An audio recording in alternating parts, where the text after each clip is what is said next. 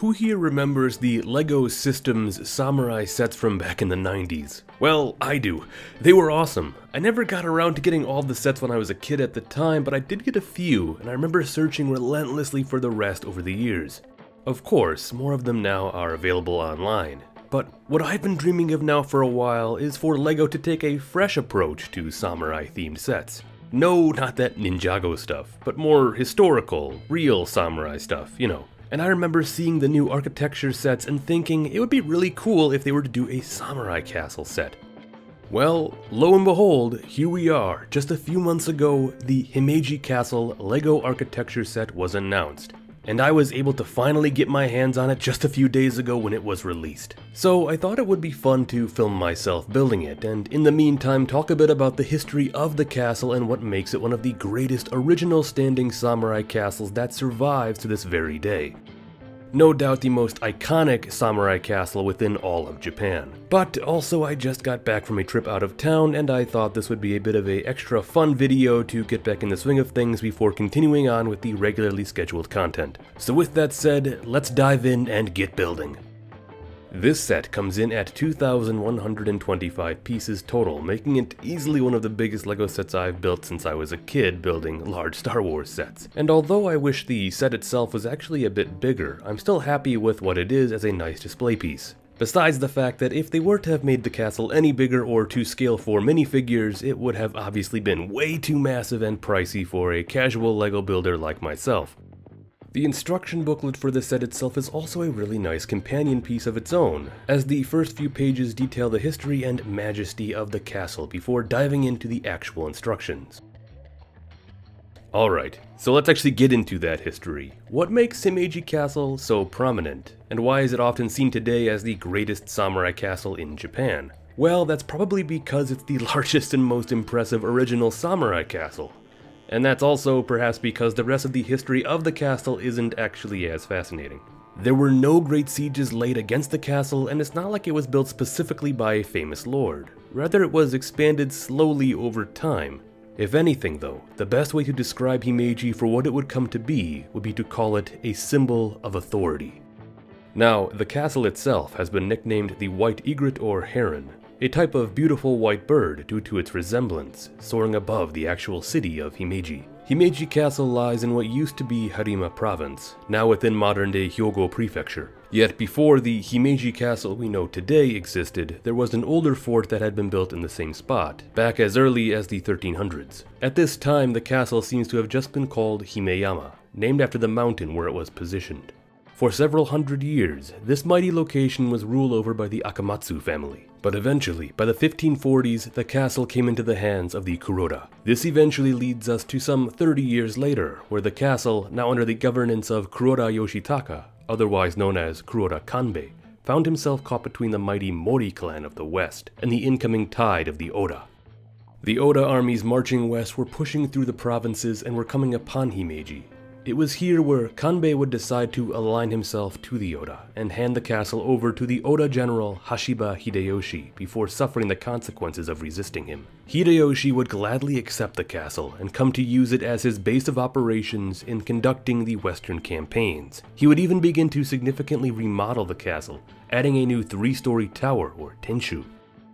However, this was not to last for long, as several short years later, Oda Nobunaga would be betrayed and killed in 1582 at Honnoji, paving the way for Hideyoshi to succeed him, eventually coming to be known as Toyotomi Hideyoshi. This of course prompted Hideyoshi to leave Himeji behind and move his seat of power over to Osaka, and eventually later Fushimi. And it seems much of the castle remained the same throughout the remainder of Hideyoshi's life. More massive changes to the castle wouldn't come until after his death. Following the Battle of Sekigahara in 1600, with Tokugawa Ieyasu stealing power away from the Toyotomi family, Ikeda Terumasa had come into possession of the castle. It is here we see something rather unique for the period happen, where Terumasa was given either clearance or orders to renovate and expand the castle even further. Normally, construction efforts on castles was a very rare occurrence under the Tokugawa regime, as authorization for any type of work on a castle had to be received by the new shogunate. Yet here, in the early years of Tokugawa rule, Terumasa was set to tear down the tower Hideyoshi had built, and rebuild it even grander with further expansions. All in all, his work is believed to have perhaps lasted until 1609. By 1617, Honda Taramasa came into possession of the castle next, where he too was given approval to then add its final additions, completing it and fully realizing it as the castle we know today. The final style of this castle we can see is one that we can simply call complex. If you want to learn more about the different layouts of samurai castles, I actually made a whole video on the subject several years ago, which I highly recommend that you check out. But anyways, the complex style of castle is characterized by varying jutting walls and layers, with a dispersed tower arrangement. This sets them apart from other castles that have a more set pattern within the design of their features. Himeji stands as the finest example of the complex style, a castle that would have been a nightmare to attack, if it ever really had been, which it never really was. The main donjon, or keep, is 6 stories tall, despite the fact that from the outside it looks more like 5.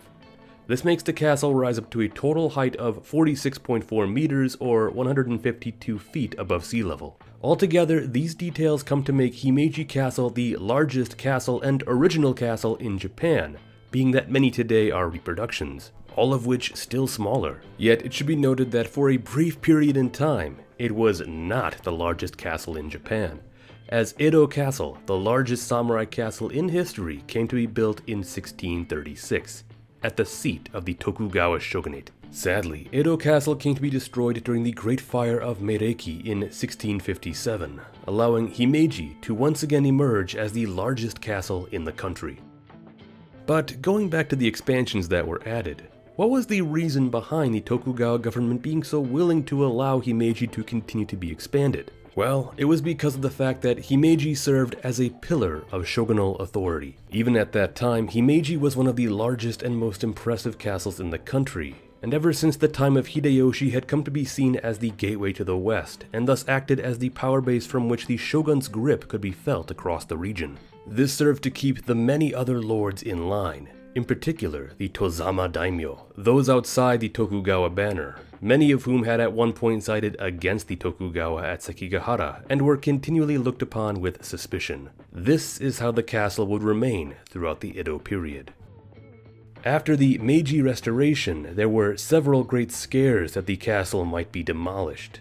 So many castles in Japan were being torn down at the time, as they were seen as outdated reminders of Japan's samurai past, something the new government at the time was trying to move away from. Luckily, despite several attempts, the castle was spared this fate. It would also go on to survive both bombings during World War II and the Great Hanshin earthquake of 1995, and today has come to be recognized as a UNESCO World Heritage Site.